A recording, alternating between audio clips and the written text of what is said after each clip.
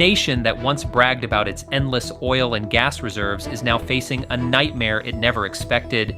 Gas stations running dry, prices skyrocketing, and even the capital city beginning to feel the shockwaves. This is not a distant possibility. It's happening right now. Russia's fuel crisis has reached Moscow, and the consequences could change the course of the war and the future of Putin's grip on power. For months, Ukrainian drones have been striking deep into Russia, targeting oil refineries, pumping stations, and storage depots. These aren't random attacks, they are deliberate strikes on the lifeblood of Russia's economy, its energy sector.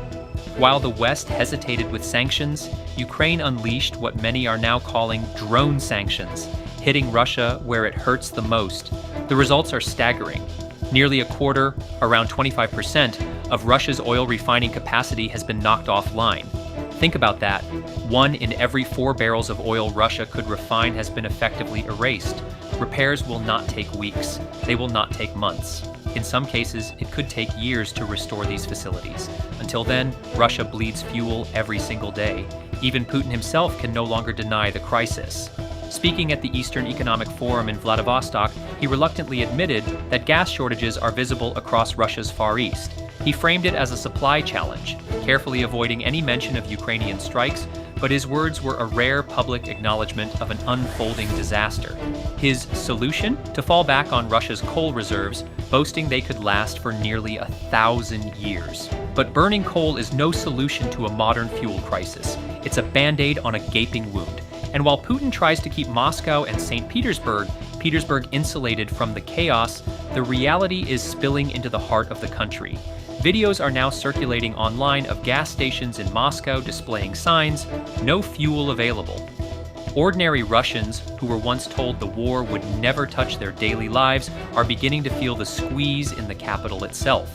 In Siberia, Crimea, and the occupied territories, the situation is even worse. Videos show endless lines of cars stretching more than a kilometer, waiting desperately for a chance to fill up. In Luhansk, the sight is almost surreal, drivers queuing for hours with no guarantee of getting even a drop of fuel. For those living under Russian occupation, the bicycle has become more reliable than the car. When fuel is gone, the wheels of war and daily life grind to a halt. And it's not just shortages. Prices are surging at record speed. Since January, wholesale gasoline costs in Russia have jumped by more than 50%.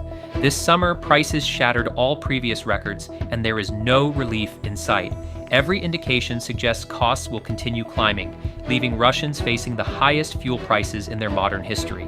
For a population already strained by inflation and wartime hardships, this is another devastating blow. But Ukraine isn't relying on drones alone. The country has unveiled new weapons designed to push Russia further into crisis. One of the most talked about developments is the Flamingo cruise missile, produced by a private Ukrainian company called Firepoint. Recently, Ukraine test launched 3 Flamingos against Russian targets in Crimea. The results were mixed but telling. 1 direct hit on an FSB outpost, 1 near miss, and 1 that failed or was intercepted. Not perfect, but proof of concept. Ukraine is refining new tools of destruction even as the war rages. Firepoint isn't stopping there. The company has revealed designs for ballistic missiles and air defense systems, signaling a future where Ukraine could produce its own advanced arsenal at scale. To support these projects, Firepoint has even set up rocket fuel production in Denmark. Each new weapon, each test launch, increases the pressure on Russia's defenses and energy infrastructure.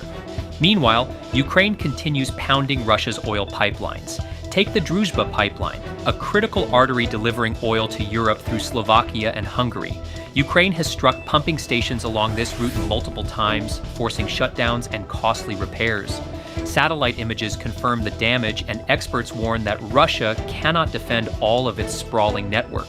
One strike on a single pumping station can turn off the flow across an entire section of the pipeline, and Ukraine isn't just targeting oil. In recent weeks, it has destroyed multiple Russian air defense systems in Crimea, including S-300 launchers, radars, and surveillance equipment. Explosions light up the night sky as these expensive assets are wiped off the map. Ukraine knows exactly what it is doing. softening Russian defenses ahead of a possible strike on the Crimean Bridge. By blinding Russia's radar eyes and dismantling its shield, Ukraine is setting the stage for a dramatic blow. The strikes extend even deeper. Ukrainian drones recently hit a railway station inside Russia, delaying 20. The heart of Russian Moscow is a city that once symbolized endless power, overflowing wealth, and the iron grip of the Kremlin. But today, its streets tell a very different story. The familiar rhythm of cars, buses, and trucks has slowed to a crawl.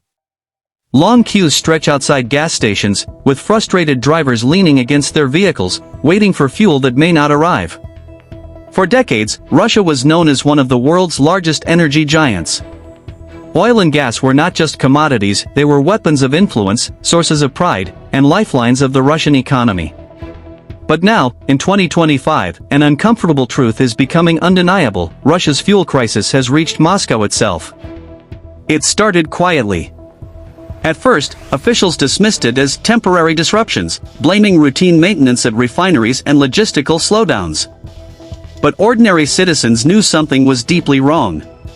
Prices at the pump doubled within weeks. Trucking companies reported shortages that crippled supply chains.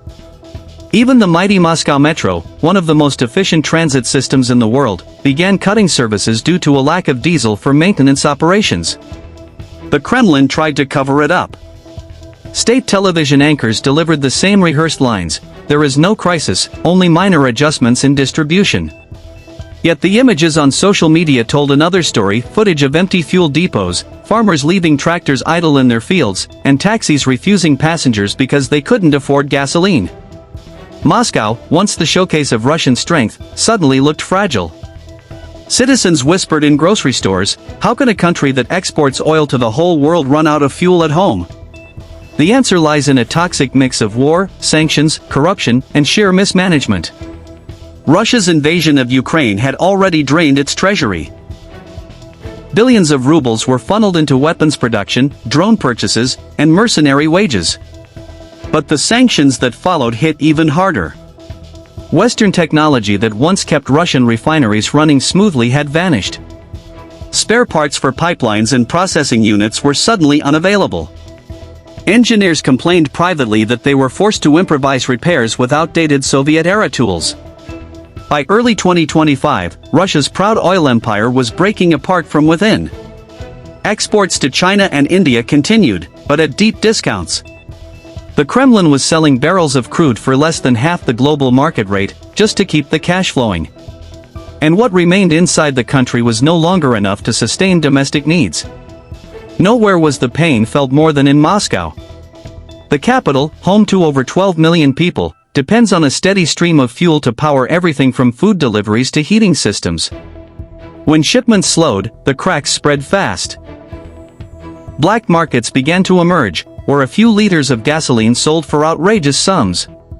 Taxi drivers were forced into desperate choices.